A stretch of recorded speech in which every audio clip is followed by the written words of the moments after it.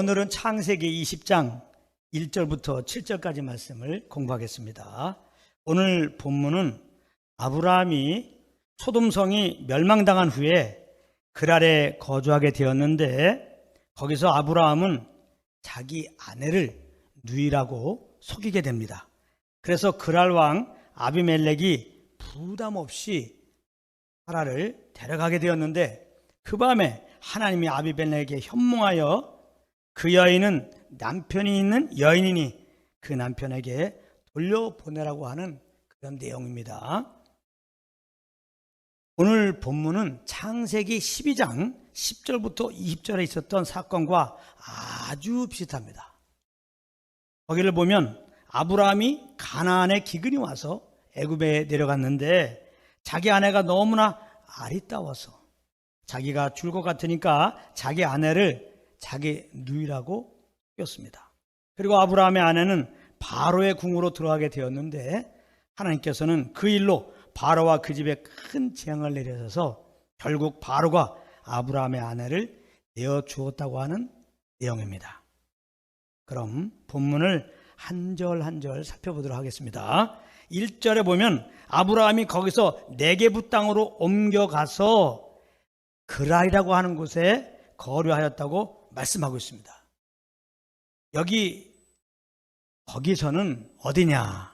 창세기 13장 18절에 나오는 헤브론에 있는 마므레 상수리 수풀이 있는 지역입니다.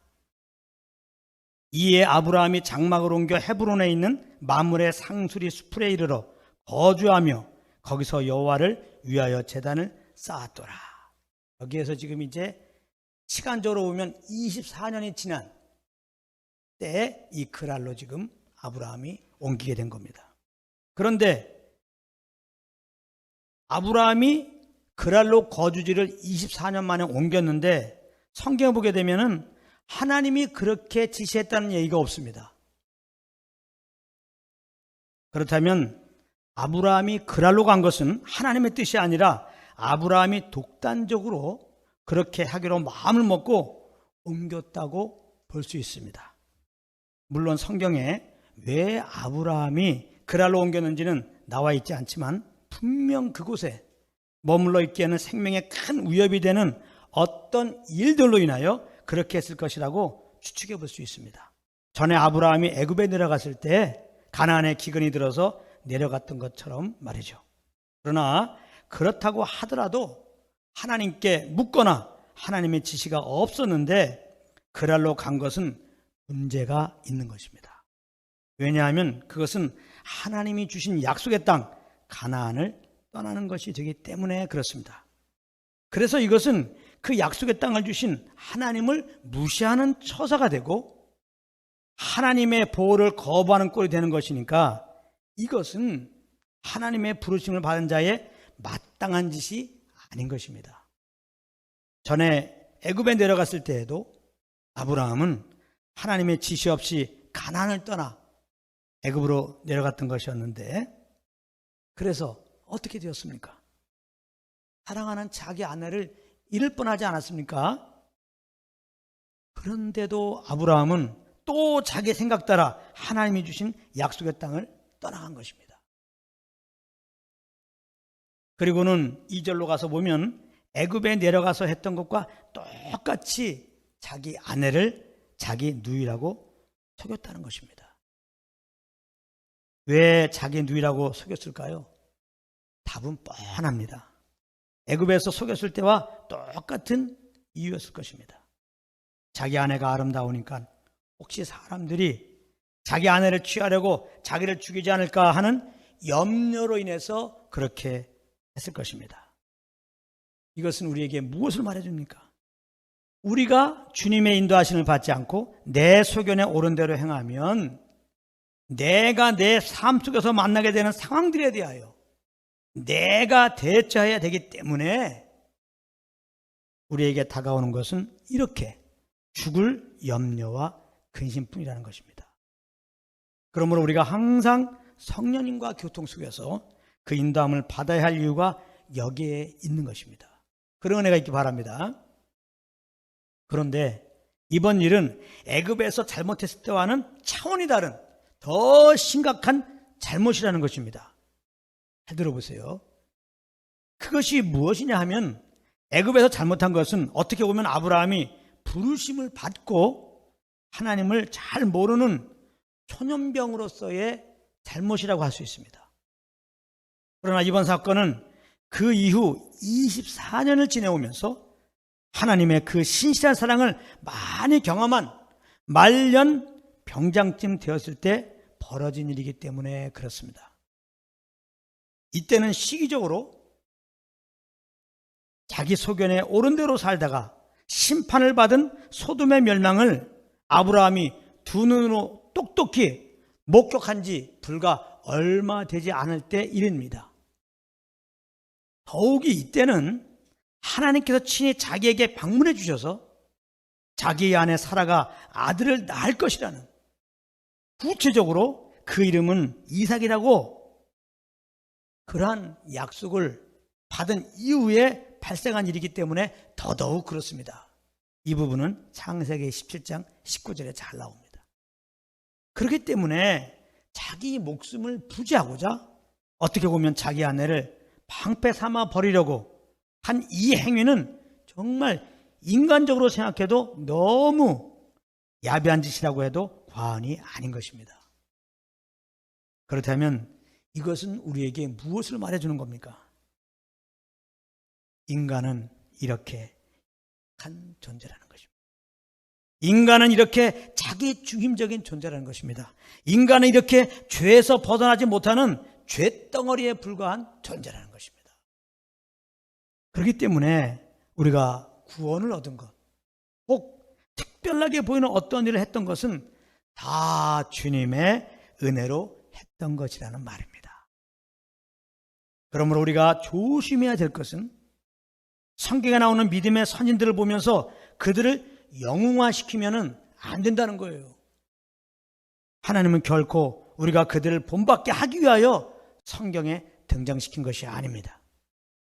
그래서 성경을 보게 되면은 하나님이 택하시고 부르신 인물들에 대하여 우리가 일반적으로 생각할 때 우리들보다 그 삶이 더 모험적이고 무언가 더 나은 면이 있을 것이라는 생각이 깨지도록 그들의 연약한 부분들을 적나라하게 보여주고 있는 것입니다.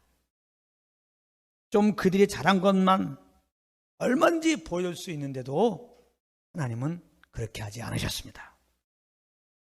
홍수 심판에서 구원받은 노아를 생각해 보면 창세기 9장에 보면 방주에서 나온 노아는 어떻게 해야 됩니까? 이제부터 구원의 하나님을 온종일 찬양해도 부족할 터인데 노아는 무엇을 했느냐? 방주에서 나와서 물심판에서 구원받는다면 무엇을 했느냐? 포도주를 얼마나 많이 마셨는지 취해가지고 벌거벗었다고 했습니다. 지난 시간에 공부했지만 롯과 두 딸의 경우도 한번 생각해 보면 그들은 소돔의 심판에서 구원받았습니다. 그렇다면 그 사실로 인하여 온종일 주님을 기뻐하고 춤추고 지내야 될 거 아닙니까? 그런데 롯은 두려워했다는 겁니다. 두려워했다.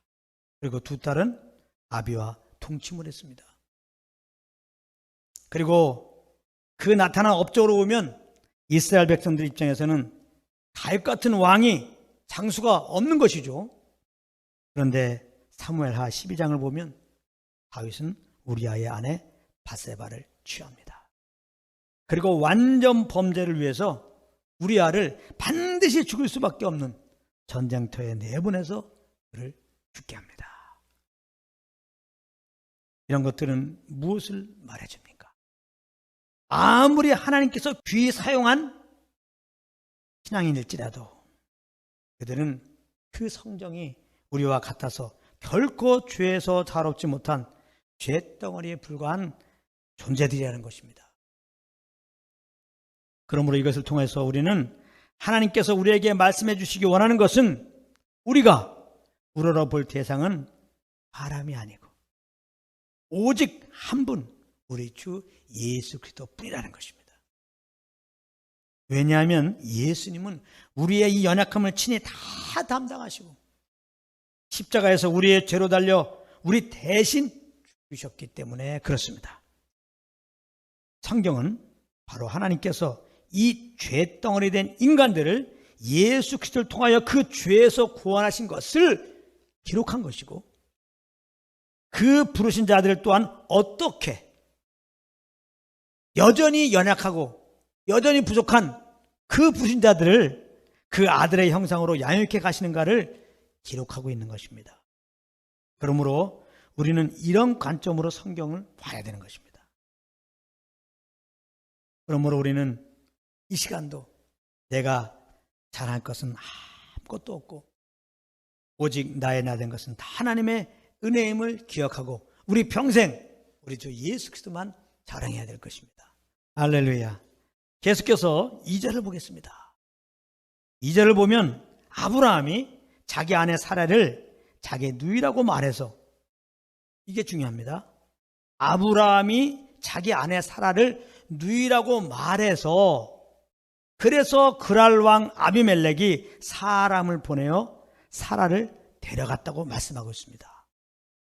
이 말은 아브라함이 사라가 내 아내라고 솔직히 말했으면 아비멜렉이 사라를 데려가지 않았을 것이라는 뜻도 내포하고 있는 것입니다. 다시 말하면 그랄 사건의 모든 원인은 아브라함 때문이라는 말입니다. 그렇다면 하나님은 먼저 아브라함에게 나타나셔서 너의 잘못으로 이 모든 일이 벌어진 것이니까 빨리 회개하라 책망하시면서 얘기해야 되는 것인데,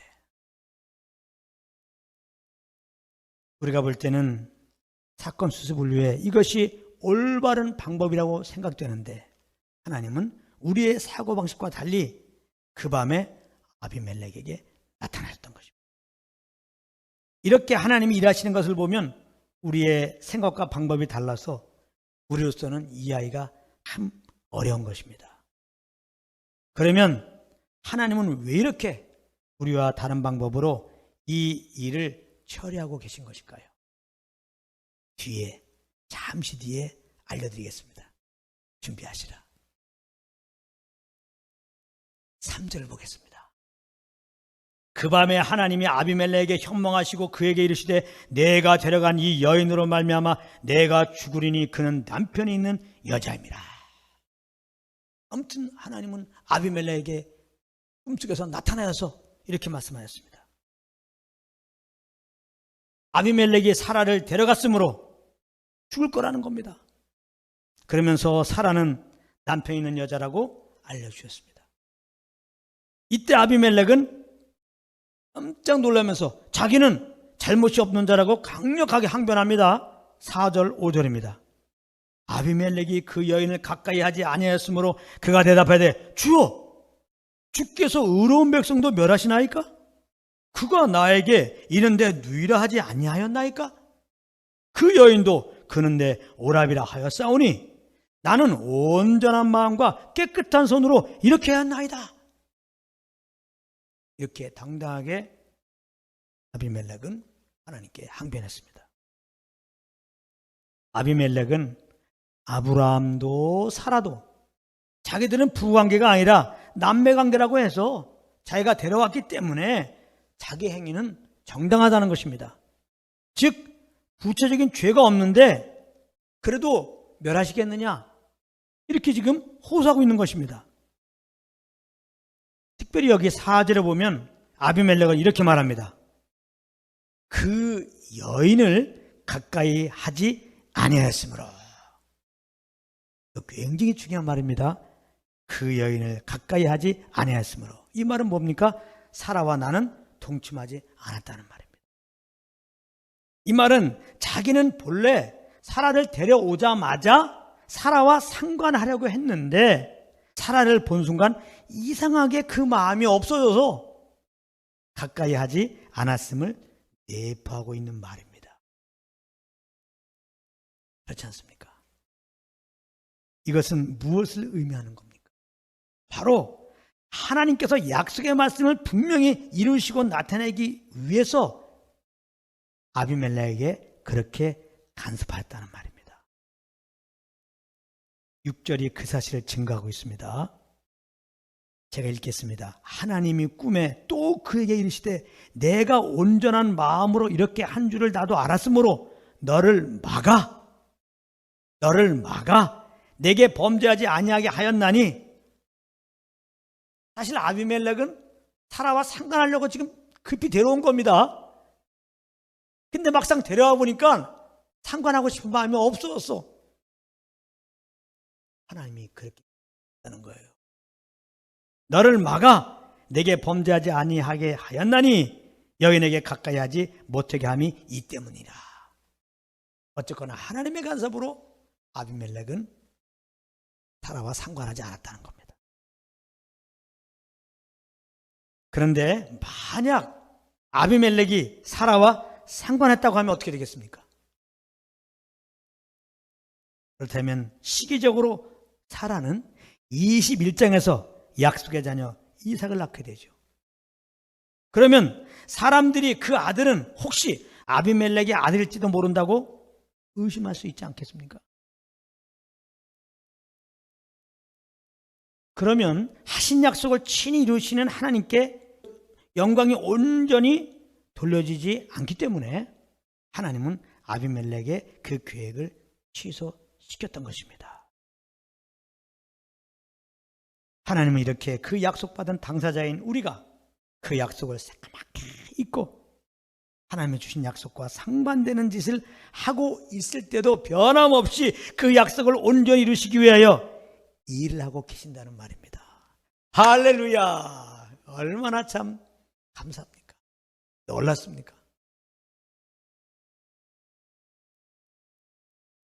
우리는 이 사실 앞에서 그냥 머리를 주님께 조아릴 수밖에 없습니다. 주님만 영광 받으소서. 주님만 영광 받으셔서 할렐루야. 정말 주님은 신실하신 분이십니다.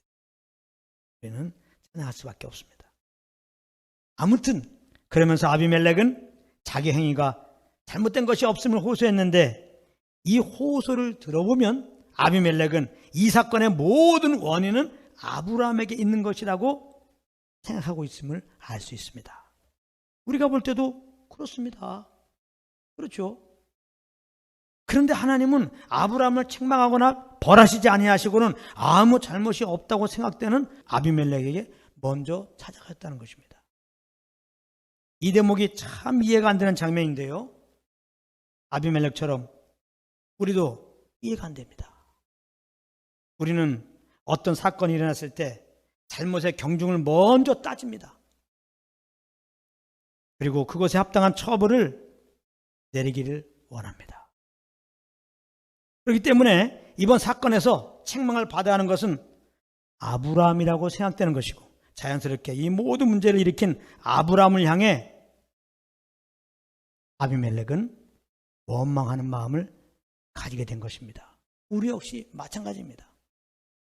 그런데 여기서 문제가 되는 것은 남에게 잘못을 돌리고 원망을 하게 되면 하나님 앞에서 내가 누구인지를 새까맣게 잊어버리게 된다는 것입니다. 아비멜렉을 봅시다. 뭐라고 말합니까? 그가 대답하되 주여 주께서 의로운 백성도 멸하시나이까? 아비멜렉은 자기는 의로운 하나님의 백성이라는 겁니다. 아비멜렉은 이방인이에요. 그런데도 자기는 의로운 자라는 겁니다. 자기는 잘못이 하나도 없다는 겁니다. 이게 과연 맞는 말입니까? 아비멜렉이 과연 하나님 앞에서 책망받을 만한 것이 하나도 없는 의로운 자입니까? 우리 중에 하나님 앞에서 나는 잘못한 것이 하나도 없습니다. 이렇게 당당하게 말하시는 자가 과연 몇 명이나 될까요? 한 명 없습니다. 우리 양심이 증가하고 있지 않습니까? 그리고 성경이 증가하고 있습니다. 로마서 3장 23절입니다. 모든 사람이 한 사람도 죄가 없습니다. 모든 사람이 죄를 범하였으며 하나님의 영광에 이르지 못하더니 그렇다면 우리는 하나님께 책망을 들어도 수백 번 들어야 되고 처벌을 받아도 수천 번을 받았어야 되고, 아니 죽어도 벌써 죽었어야 할 존재들인 것입니다. 그런데 우리는 지금 어떻습니까? 멀쩡하게 살아 있습니다. 이것은 무엇을 말해줍니까? 여기서 굉장히 중요한 진리를 발견하게 됩니다. 하나님은 우리를 우리의 행위대로 처치하지 아니하시고 그 풍성한 은혜대로 대해 주신다는 것입니다. 시편 103편 10절 11절 말씀입니다. 우리의 죄를 따라 우리를 처벌하지는 아니하시며 우리의 죄를 따라 우리에게 그대로 갚지는 아니하셨으니 이는 하늘이 땅에서 높음같이 그를 경외하는 자에게 그의 인자하심이 크심이로다. 아멘. 하나님의 인자가 너무나 커서 그를 경외하는 자에게 그 죄를 따라 처벌하지 않는다는 거예요. 우리의 죄악 따라서 그대로 갚지 않는다는 것입니다. 주님의 자비와 긍휼이 풍성하심으로 우리가 진멸되지 아니하였나이다. 할렐루야. 하나님은 이삭을 통해서 이 점을 깨닫기 원하시는 것입니다. 그러므로 우리는 날마다 성령님과 교통 속에서 이 예수 그리스도의 은혜, 그 십자가의 은혜를 통해 나타난 하나님의 사랑을 알고 그 받은 바 은혜와 사랑으로 영혼들을 대하는 자리에 서시기를 예수님으로 축복합니다. 그러면서 하나님은 7절에서 이런 말씀을 하십니다. 이제 그 사람의 아내를 돌려보내라. 그는 선지자라. 그가 너를 위하여 기도하리니 내가 살려니와 내가 돌려보내지 아니하면 너와 내게 속한 자가 다 반드시 죽을 줄 알지니라. 이렇게 말씀하십니다. 여기 보면 정말 놀라운 사실을 또 하나 발견하게 됩니다. 오늘은 정말 말씀을 묵상하는데 항상 묵상할 때마다 느끼는 거지만 하나님의 은혜가 너무나 커요. 내 영혼이 얼마나 배부른지 모르고 정말 나는 하나님의 은혜는 수지 맞은 자다. 내 영혼이야말로 수지 맞은 자다. 이렇게 고백했어요. 그러면서 생각했어요. 이 말씀을 선포할 때 이 말씀을 듣는 자들은 그 영혼이 정말 수지 맞을 것이다. 여러분들 수지 맞고 있습니까? 그런 은혜가 있기를 바랍니다. 지금 이게 마지막 부분입니다. 잘 들어보세요. 그것은 아비멜렉은 사라를 데려감으로 인하여 사실은 그와 그의 가족이 다 죽게 되었었다는 점입니다. 왜냐하면 그런 아비멜렉의 행위는 그가 인지했든 안 했든 하나님의 약속 성취를 방해하는 것이기 때문에 당연히 그럴 수밖에 없었던 것입니다. 그래서 하나님은 이 사건이 일어나고 아비멜렉에게 꿈에 나타나셔서 사라를 돌려보내라고 하셨던 것입니다. 안 죽이시려고. 하나님의 본심은 우리를 죽이는 게 아니에요. 죄에 허물러 죽은 우리를 살리시는 것이지. 할렐루야. 물론 하나님의 약속 성취를 위해서 그런 것도 있었지만 아비멜렉과 그 가족을 살리시기 위해서도 하나님은 그렇게 하신 것입니다. 여기서 우리는 다시 한번 이 세상 영혼들을 향한 그 구원하시기 원하는 하나님의 마음을 발견할 수 있는 것입니다. 그런데 또 여기 보면 그들을 죽음에서 살리시는 방법이 아브라함의 기도를 통하여 살려주시겠다는 겁니다. 이것은 바로 예수님이 십자가에 달려서 하나님께 드린 그 중보를 상징하는 것입니다. 그 예수님의 기도가 함께 십자가에 달렸던 한 강도가 회개하고 돌아오게 했던 것이죠. 그리고 우리 모두가 회개하고 주님께 돌아오게 한 것입니다. 누가복음 23장 34절입니다. 이에 예수께서 이르시되 아버지여 저들을 사하여 주옵소서. 자기들이 하는 짓을 알지 못함이니이다 하시더라. 예수님은 이렇게 기도하시고 죽으셨습니다. 그리고 부활 승천하셔서 하나님 보좌 우편에서 지금 우리를 위하여 또한 중보하고 계십니다. 주무시지도 않고. 히브리서 7장 24절 25절에 그것을 말씀합니다. 예수는 영원히 계심으로 그 제사장 직분도 갈리지 아니하느니라. 그러므로 자기를 힘입어 하나님께 나아가는 자들을 온전히 구원할 수 있으니 이는 그가 항상 살아계셔서 그들을 위하여 간구하심이니라. 이 예수님의 간구가 있기 때문에 우리가 여전히 부족함이지만은 여전히 하나님께 심판받을 짓을 하고 죽을 짓을 하더라도 여전히 이렇게 아무 탈 없이 은혜 가운데 살아가고 있는 것입니다. 할렐루야. 우리가 부족한 것이 있을 때 이것을 채워달라고 기도하는 거, 이 주님의 사랑을 안다면 너무 어린 기도 아닙니까? 정말 주님을 몰라서 하는 기도 아니에요? 우리가 죄덩어리 있을 때도 큰 사랑이셔서 그 아들 통해 우리를 죄에서 구원하신 분입니다. 그 아들에게 우리의 죄를 다 감당하게 하시고 그리고 자녀 삼아주신 분입니다.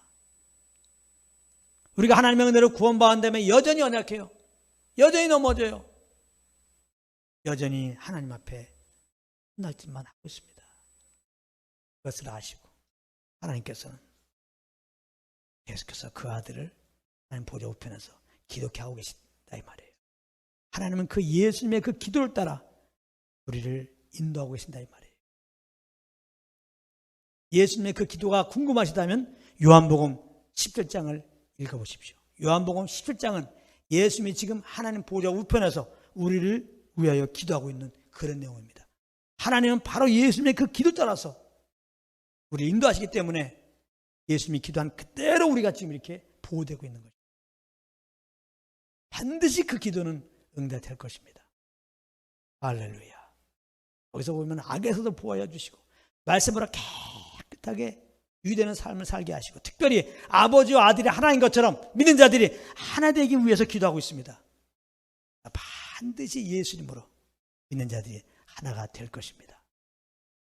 우리가 하나 되기 운동해서 그렇게 되는 게 아니고 착각하면 안 됩니다. 예수님이 기도하고 있기 때문에 그렇게 되게 되어 있다는 것입니다. 우리가 잘못해서 그래요. 쓰러질 수 있지만 완전히 넘어지지 않는 것은 우리를 보호해달라고 예수님이 기도하고 있기 때문에. 우리는 잘 알지만 베드로가 예수님을 3번 부인했습니다. 근데 그 전에 그렇게 될 줄 알고 예수님이 하나님께 기도했잖아요. 완전히 넘어지지 않게 하소서. 오히려 그것을 기회로 해서 그걸 통해 하나님의 사랑을 더 알고 하나님이 허락한 형제들을 견고히 세우는 사역을 하게 하소서. 그렇게 기도했잖아요. 그것 때문에 3번이나 분한 다음에 베드로는 그 길로 가지 않고 얼른 회개하고 오순절날 성령 받고 그 성령을 쫓아서 정말 예수님이 기도한 그대로 그 핍박이 큰 기독교 역사상 제일 심할 그 1세기 때 주님의 형제들을 견고히 세우는 그 사역을 하게 되었던 것입니다. 근본적으로 하나님이 우리를 부르시고 하나님 부르신 일을 감당할 수 있었던 것, 또 앞으로 감당하게 될 것들은 예수님이 지금 그렇게 기도하고 계시기 때문에 그런 것입니다. 그러므로 나를 볼 때 얼마나 연약해요, 얼마나 흠이 있어요, 이걸 보고 실망하지 마시기 바랍니다. 정죄받지도 마시고 오히려 그 약함 통해서 나의 한계, 이 죄덩어리일 수밖에 없는, 죄에서 자유할 수 없는 그런 존재인 것을 인정하고 이런 나를 구원하시고 이런 나를 부르시고 그 부르심을 친히 이루시는 주님께 나가서 그 사랑을 알고 그 주님을 의지하고 사는 기회로 삼으신 여러분들 되기를 바랍니다. 그러므로 날마다 우리는 우리를 죄에서 구원해 주시고 우리를 위하여 중보하고 계시는 그 예수님만 바라보기를 원합니다. 그래서 그 베푸신 은혜에 대하여 항상 감사하며 또 다른 영혼들이 우리와 동일한 은혜를 맛볼 수 있도록 기도하는 자리에 가시게 되시기를 우리 주 예수 그리스도 이름으로 축복합니다.